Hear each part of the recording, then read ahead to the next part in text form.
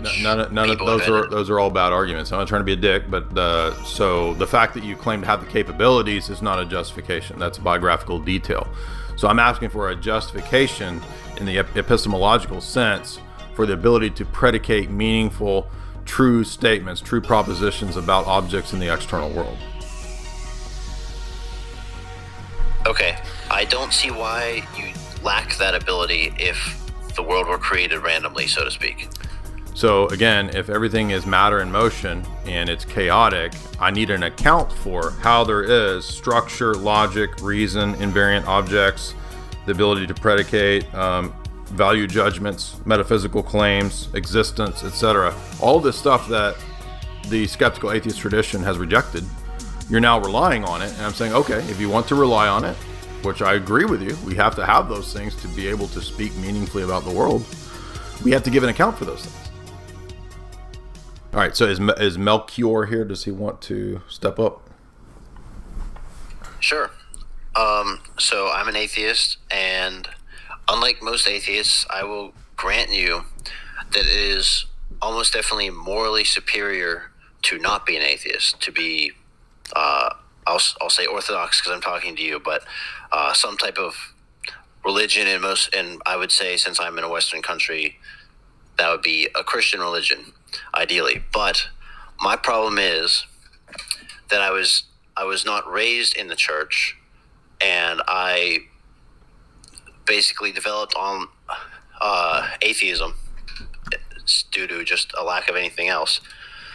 How is it? I don't think it is possible to convince somebody who is in that situation and also is a logical person who relies on rational arguments to come to conclusions.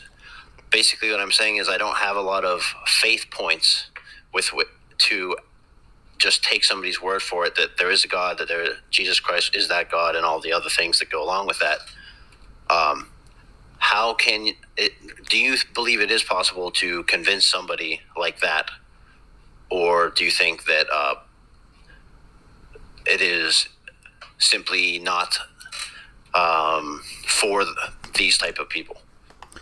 Yeah, those are good questions. I would say that first and foremost, no, I do think that there is logical, demonstrable proof for the Christian God.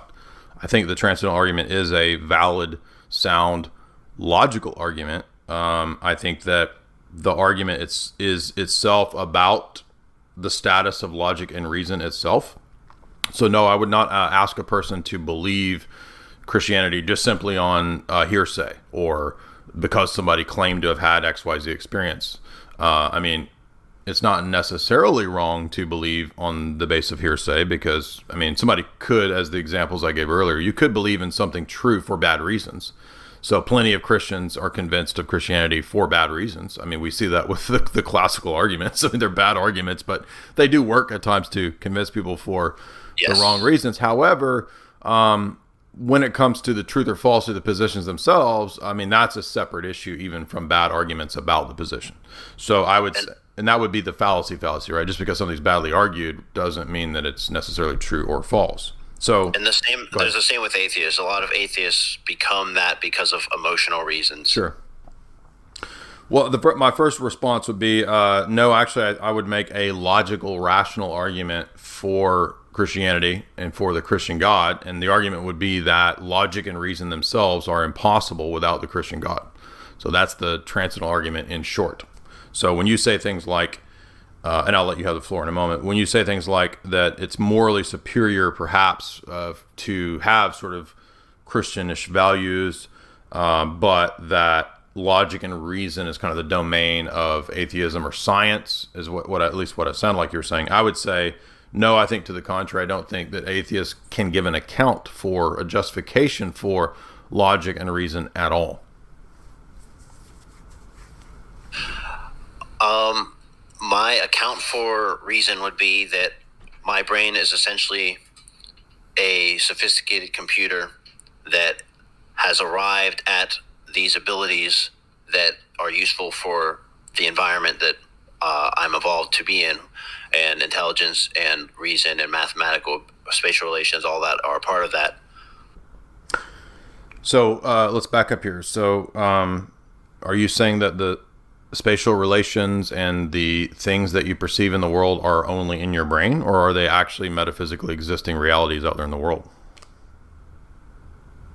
I would assume that the world is actually real and that we're not all in the matrix, but I wouldn't say that I can prove that to be the case. I just reject nihilism a priori. Right. But you mentioned a series of things in this description. You mentioned the brain, quote unquote. You mentioned that it's, quote, sophisticated, which suggests levels of complexity as opposed to things that are non-complex or simple. You mentioned that it had progressed in the sense of evolving. You mentioned objects in the external world, which again kind of presupposes a lot of metaphysical categories like an external world, which you mentioned there.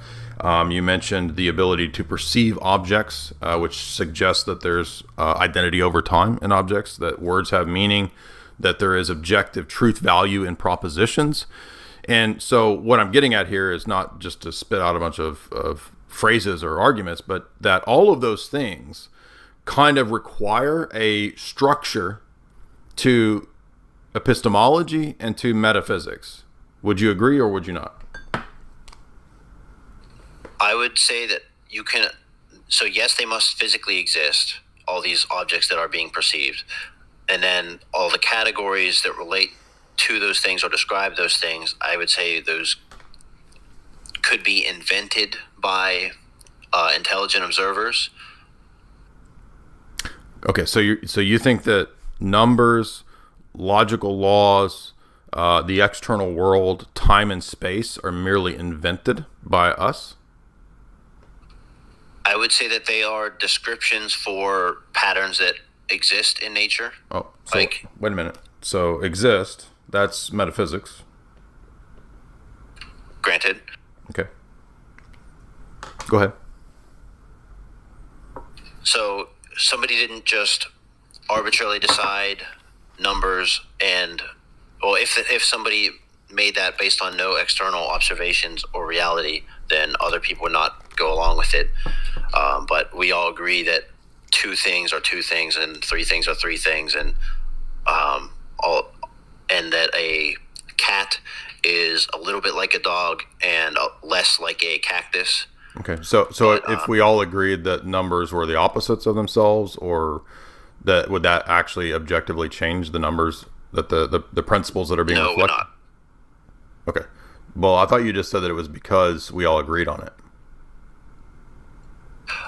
It's not because we agree on it. We agree on it because it is self-evidently true. Oh. Or we can observe that it is true. How do you know that observations are self-evidently true? I mean, can we misinterpret our observations? Yes, okay, but okay, I have to assume. So how do we know that we aren't misinterpreting our observations in these cases of things that you're saying are self-evident? Because if that is the case, then basically nothing that I think or see I can take as at face value or true. And if that's the case, so it's self-evident. So that's circular.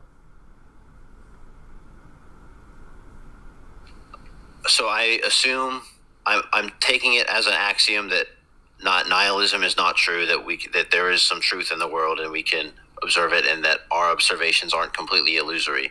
Mm-hmm. Right, but what I'm pointing out is that that's you're not right. I can't give an account for why that is the case. Oh, okay.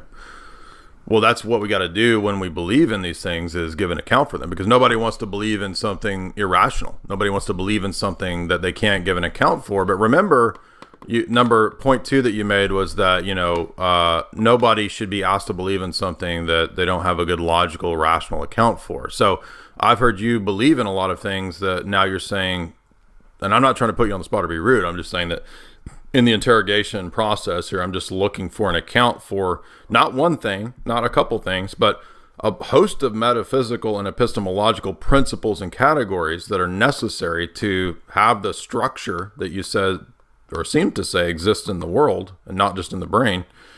But what's the what's the justification for believing in those things and the existence of these things? You did say, which anytime we hear the word existence, we're in the domain of metaphysics.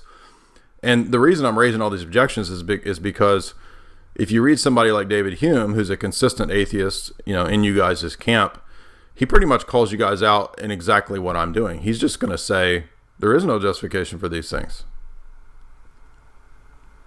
Right. So I would admit that there is no justification if you want to take it to the deepest level of logic, but that we have to assume some bedrock reality in order to function as living beings. Okay, but now you're bringing in value judgments though. Like, well, why are we supposed to function? Maybe everything should degrade and devolve into the universe just collapsing. Like, why ought we to function and flourish? That's a value judgment.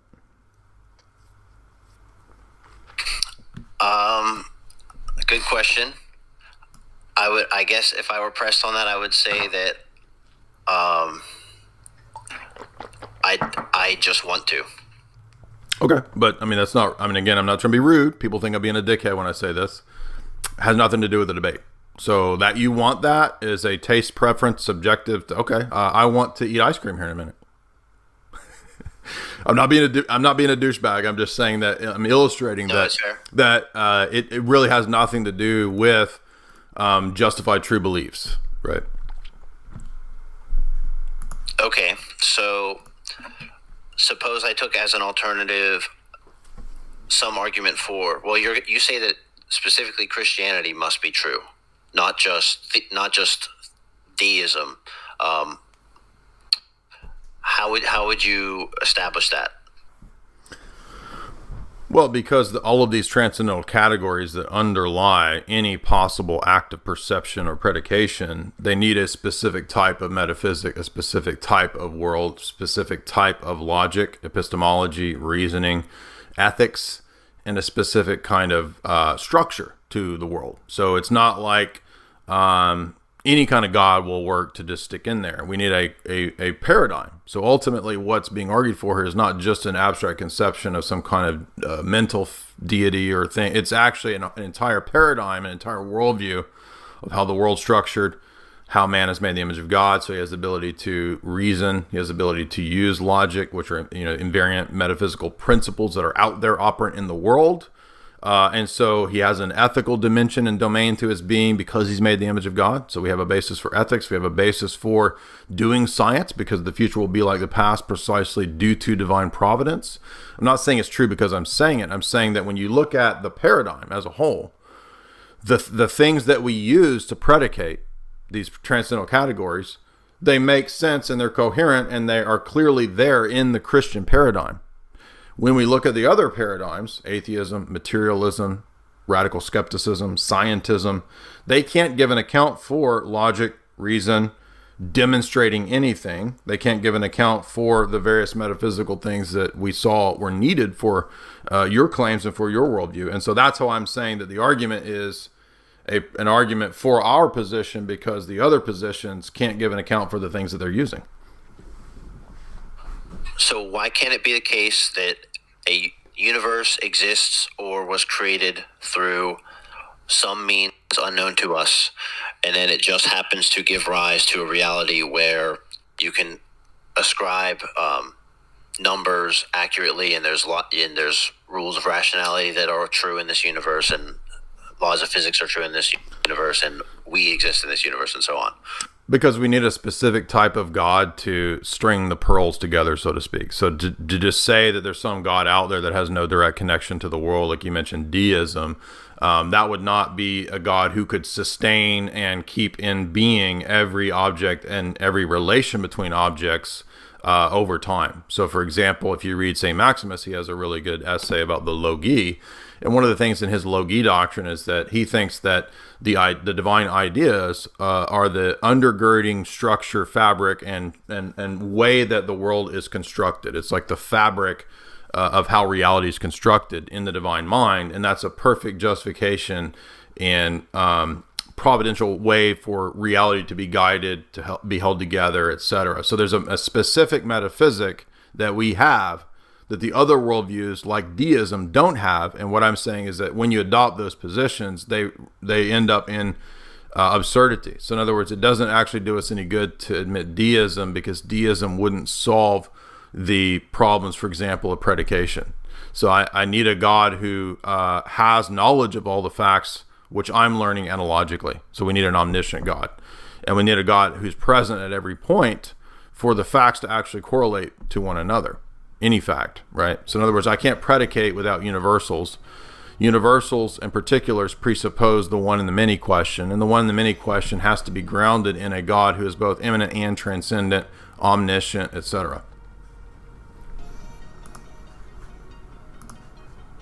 Okay, I don't know what all of those mean. So in other words, let me give you an easier example. So if we had a deistic God, there would no longer be telos in the universe. So in other words, I need the immanent presence of God. I need the what's called divine conceptualism, where we ground things in the mind of God. If I don't have that, then this world becomes basically, the God there is useless. And that's why in the history of Western philosophy, the deistic God gets tossed out, because he's a useless placeholder. He has no relation to anything. In other words, I'm saying it wouldn't solve the metaphysical and epistemic dilemmas that we think God solves unless we had the specific theological paradigm of orthodoxy. Okay, and what exactly exists in this world that would not be accounted for by random entropy spawned universe? All of the transcendental categories that I mentioned: abstract objects, logic, anything invariant and immaterial, such as numbers, advanced mathematics. I mean, none of that stuff would even be possible if the universe were pure chaos and just random molecules in motion. Well, if you have suppose a space of pure entropy, that space cannot be homogeneous, because if it were, it would not be entropic. And so within that space, you would have pockets of less entropy and pockets of greater entropy. And in one of those pockets of lesser entropy, there is our universe.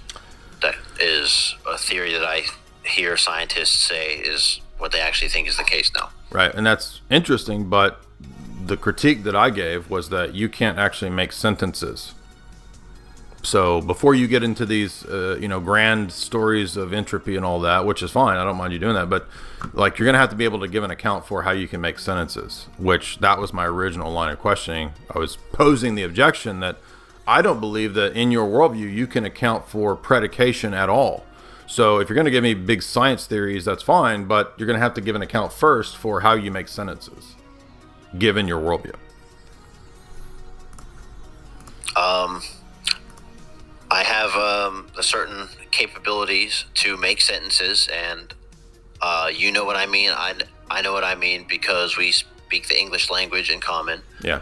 Which none of those are all bad arguments. I'm not trying to be a dick, but so the fact that you claim to have the capabilities is not a justification. That's a biographical detail. So I'm asking for a justification in the epistemological sense for the ability to predicate meaningful, true statements, true propositions about objects in the external world. Okay, I don't see why you lack that ability if the world were created randomly, so to speak. So again, if everything is matter in motion and it's chaotic, I need an account for how there is structure, logic, reason, invariant objects, the ability to predicate, value judgments, metaphysical claims, existence, etc. All of this stuff that the skeptical atheist tradition has rejected, you're now relying on it. And I'm saying, okay, if you want to rely on it, which I agree with you, we have to have those things to be able to speak meaningfully about the world. We have to give an account for those things. I think in the case of logic, that you could make the argument that it must be true in all possible worlds, therefore it is true even in the random world. Like if you have particles in motion, you have a certain number of those particles in motion, and so you can describe number to them and so on. So now you believe in invariant immaterial realities that are not just physical? Such as logic, you mean? Yeah. I think logic is just a discovery of the bare minimum or bedrock properties that any structure must have to exist. Okay, but you keep saying that it is, and it is the case. Is what? I'm asking what is the metaphysical status of numbers and logical objects and entities?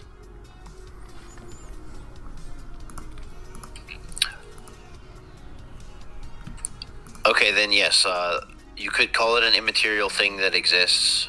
I would probably call it something that is a pattern or observation noticed about our physical world that we can interpret and, using logic, which is circular, I know, say that it must exist in other worlds.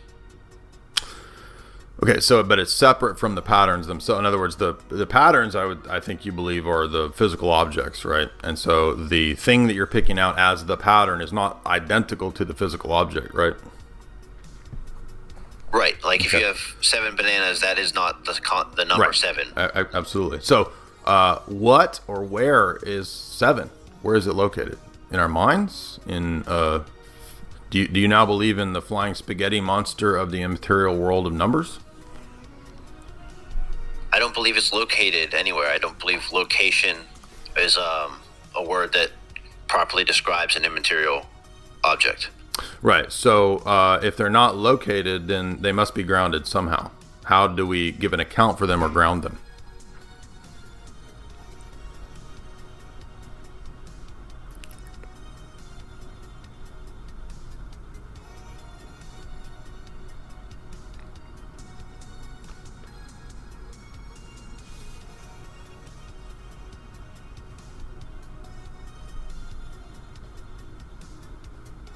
Are you there?